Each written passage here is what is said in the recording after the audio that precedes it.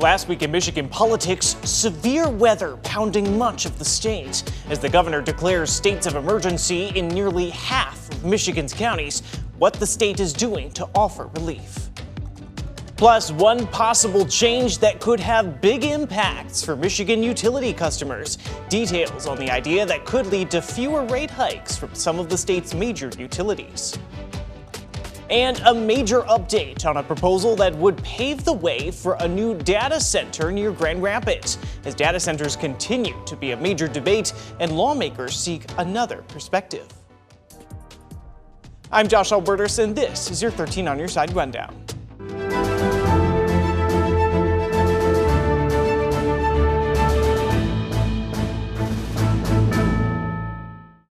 We begin this week with Your Voice, Your Vote. State Democrats are set to hold the party's endorsement convention this weekend in Detroit, after the state Republican Party held theirs last month. But what is an endorsement convention? Why does it cause such a buzz in Michigan politics?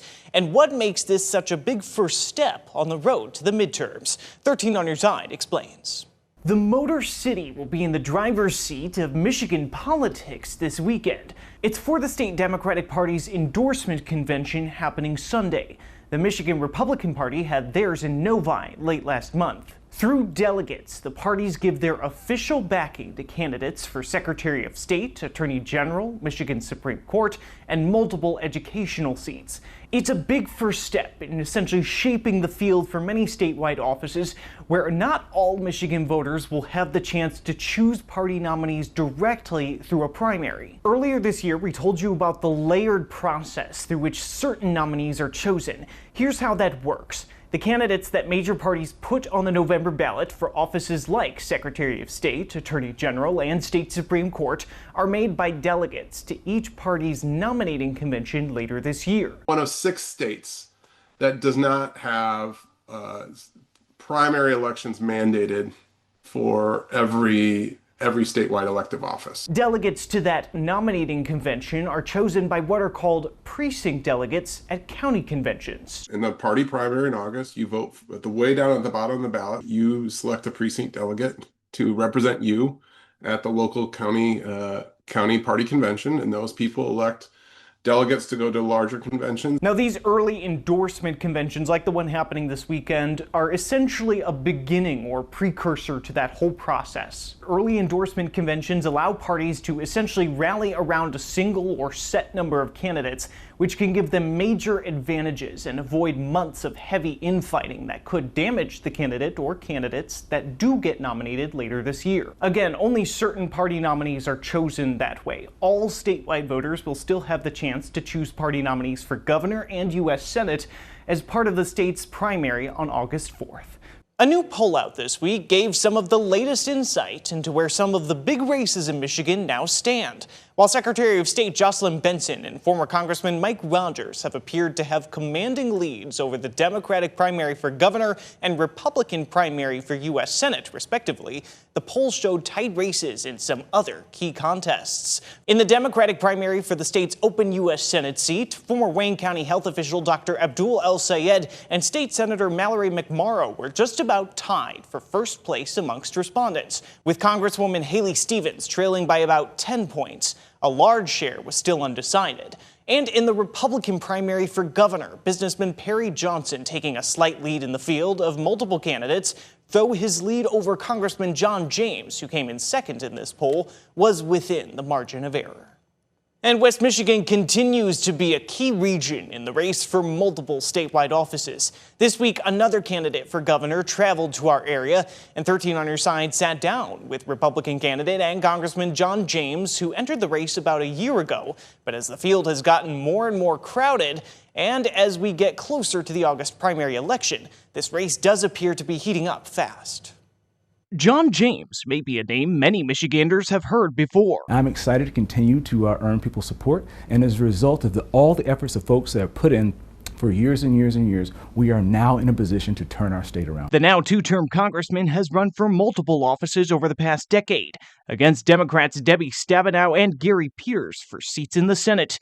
and being elected to Congress 4 years ago. Now he's running for governor. Bringing my experience not just in Congress, working with the president to make America safe, healthy, and strong again, but also leaning on my background as a business leader who understands what it takes to create jobs and understanding what it takes to bring teams together to accomplish tough missions like I did in war. Sitting down with 13 on your side while visiting West Michigan as a crowded Republican field vies for the nomination. My biggest distinction is the ability to actually win. We need somebody who has the experience to lead and someone with the ability to win to actually execute on these plans that we have. James proposing multiple top priorities. Cutting income taxes, focusing on bringing accountability to our education system, opting in to the federal tax credit for parents to be able to send their children where they feel like they will be safest and most successful. I'm going to lay out an economic agenda that is not just focused on brick and mortar, but focused on flesh and blood, making sure that everybody around the state can experience prosperity so that they can afford to live here and afford to stay. But James also facing in-party criticism in the long race to the governor's mansion, including over opting out of early season primary debates. We asked him about that during the interview. And I'm looking forward to debating, having serious debates about the damage that Gretchen Whitmer has done to our state when that time comes. And that time is coming shortly. And so again, my answer, I will absolutely consider debates when the field is set, and that will be coming very, very shortly. Should the state require verified U.S. citizenship to vote in state elections? The Michigan House voted to make it so. Coming up, the details of how that would work and where the effort now stands.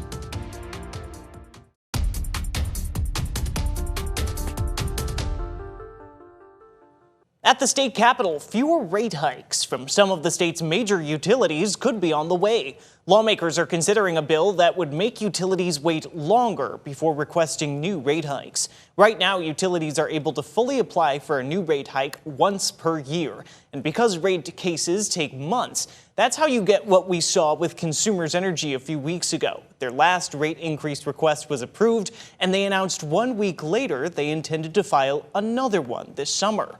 This bill would change that 1 year cooling off period to 3 years. This enables homeowners and businesses to know their household energy costs for years at a time and allow them more sustainability. We reached out to some of the state's largest utilities for comment. A spokesperson for Consumers Energy telling us the company is open to legislation of multi-year rate case proceedings, but they oppose this legislation as introduced. That spokesperson saying in part, quote, "Unfortunately, the bill as introduced may have a longer-term risk to customer affordability and reliability. Annual rate cases enable Consumers Energy to make timely, consistent investments in electric and natural gas systems that improve reliability." The bill remains in committee for further consideration. And the Michigan Public Service Commission announced Friday there will be more households in the state eligible for the Michigan Energy Assistance Program, or MEAP. The increased eligibility comes from additional funding after the commission set a $1.50 surcharge on each billing meter for customers of participating utilities in the state. The surcharge goes into effect beginning in September and will raise an estimated $90 million for the Low Income Energy Assistance Fund, which funds financial assistance to Michiganders through the MEAP program. House lawmakers passed a bill this week requiring verification of U.S. citizenship for those voting in local and state elections. The Secretary of State would need to verify citizenship for those looking to register, but people could speed up the process by providing what the bill calls satisfactory evidence. If the Secretary of State cannot verify citizenship, people would still be given the opportunity to prove it. The bill passed Wednesday with only Republican support, and it now moves on to the Democratic-controlled state Senate. Affordable housing remains a top priority for many in Michigan. A new development in Kalamazoo is designed to help, but challenges remain. 13 on Your Side talked with Governor Gretchen Whitmer about the issue during a groundbreaking this past week. You have no idea the impact that this is going to have on people. You are actually saving people's lives. Local and state leaders gathered in Kalamazoo's Edison neighborhood Tuesday for the groundbreaking of something desperately needed for many in West Michigan, affordable housing. This is the most affordable housing we've created here in a long time. And It's what we all want. 48 affordable homes across 3 buildings, according to the state, that is also providing millions in tax breaks to get it done. The William Schmay House, named for the state's first drug treatment court judge, is aimed at and will be paired with services to help those recovering from substance use. We have people who are taking their recovery seriously and they go into rehab, into a residential facility, and when they leave, they don't have a place to go that they can afford. So providing this sort of stable housing with those recovery services is so beneficial. The new project even attracted the attention of the state's governor. This project will revitalize a former brownfield site, because in Michigan we believe in second chances both for people and places. But while new developments and plans have been floated or put into action for some time across the region, the issue of affordable housing has remained a top concern. What's your message to folks who may be seeing this, but progress on affordable housing may have been slower than they need in the immediate term? Well, there's no question that between, the cost of goods, tariffs, in addition to now we've got, war in Iran, everything's more expensive. We've made great strides, but there's no question there's a lot more to do. Michigan's not unique in this. This is a problem all across the country. What we are unique in is that we've set audacious goals and we've been able to meet them and exceed them. Governor Whitmer also signed a new executive order this week, laxing regulations on motor carriers, providing support for a statewide energy emergency. Driving time limits are suspended for truck drivers hauling fuel or other emergency supplies in response to the emergency. Whitmer had previously declared a state of energy emergency last month, pausing some state regulations related to fuel in an attempt to combat rising prices.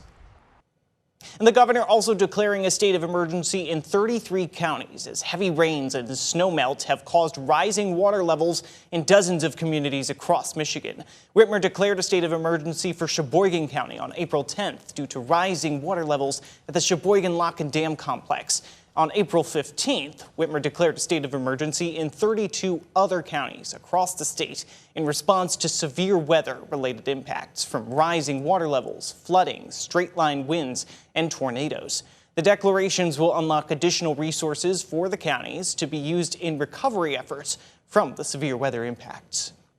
At least half a dozen counties in Michigan have also declared local states of emergency, including Muskegon, Kalamazoo, Lake, and Mecosta counties in our viewing area. Both Kalamazoo County and the city of Kalamazoo issued local states of emergency on April 17th due to ongoing flooding. Newaygo County, while not in a local state of emergency as of Friday afternoon, issued evacuation orders last week for residents living below the Croton Dam due to rising waters. And prior to declaring a state of emergency, Muskegon County activated their emergency operations center in response to the ongoing flooding. These efforts from local governments are aimed at mobilizing resources and mitigating damage to property and personal injury and loss of life. All individual and business taxpayers in the 33 counties under a state of emergency issued by the governor are eligible for state tax filing extensions. The tax filing extension is not automatic, and taxpayers are required to contact the Michigan Treasury Department by phone, mail, or e-service to request the extension.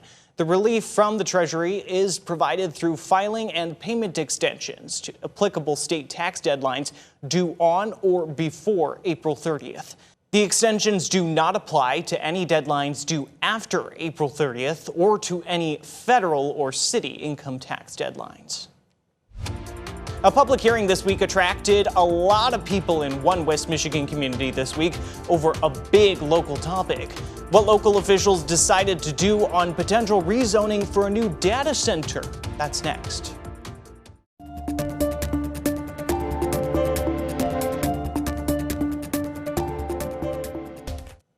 State lawmakers met Wednesday to get local government perspective on a big issue in Michigan, data centers. They heard from an employee of Gaines Charter Township, which has been a key spot in the debate. Noise, environmental impact, energy costs, all concerns that people across Michigan have raised when it comes to data centers. We have heard to this point from conversations about from environmental impacts to the amount of power that is used for data centers to the artificial intelligence ends, and now hearing from a different perspective as well. State lawmakers gathered Wednesday morning looking to get local government perspective on the issue. Would you say, if you had to guess, that the community overall is in support or opposed to the data centers? I would have to say that the comments we've received so far have been overwhelmingly against. But in Gaines Township, where officials are considering a rezoning request for a potential data center from Microsoft, Township Community Development Director Dan Wells said it was hard for him to gauge who was from the township or somewhere else. Lawmakers asking a number of questions in all. Ultimately, our elected officials are the ones who make the decision. Do you think those elected officials could stop the Microsoft project if they wanted to?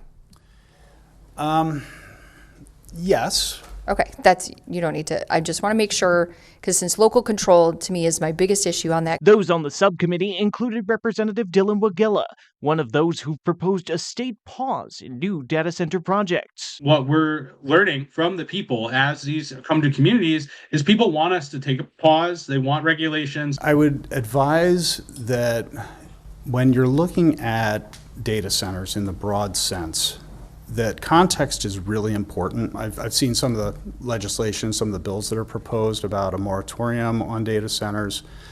I would say that we would prefer at the local level to make those decisions for ourselves. According to township documents, there would be conditions on the rezoning for the Microsoft project. And at a meeting that began Wednesday night, the Gaines Township Planning Commission unanimously voted to table zoning ordinances for a proposed Microsoft data center. This after comment from the public and Microsoft officials. Hundreds were at the meeting on Wednesday at South Christian High School. The motion to table the discussion was proposed after commissioners said they wanted a more thorough agreement with the company. We've been taking copious notes throughout, and so we can certainly work on the conditional rezoning agreement if in fact ultimately you recommend approval. Microsoft has heard this. It would be helpful for them to provide the information, probably in writing. Probably the more specific the better. I'll say it again and again. Insulting our intelligence. We can read, we can get on the internet, we can find things, we can go to the library. We've got lots of resources. So, but appreciate everybody's comments, and we've made lots of notes. We've got lots to think about.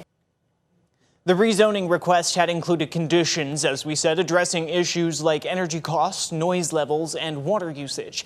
If the commission ends up voting to recommend the rezoning, the proposal will then go to the township board for consideration. Another public hearing would be held before a final vote. There is a new option for burials in Plainfield Township.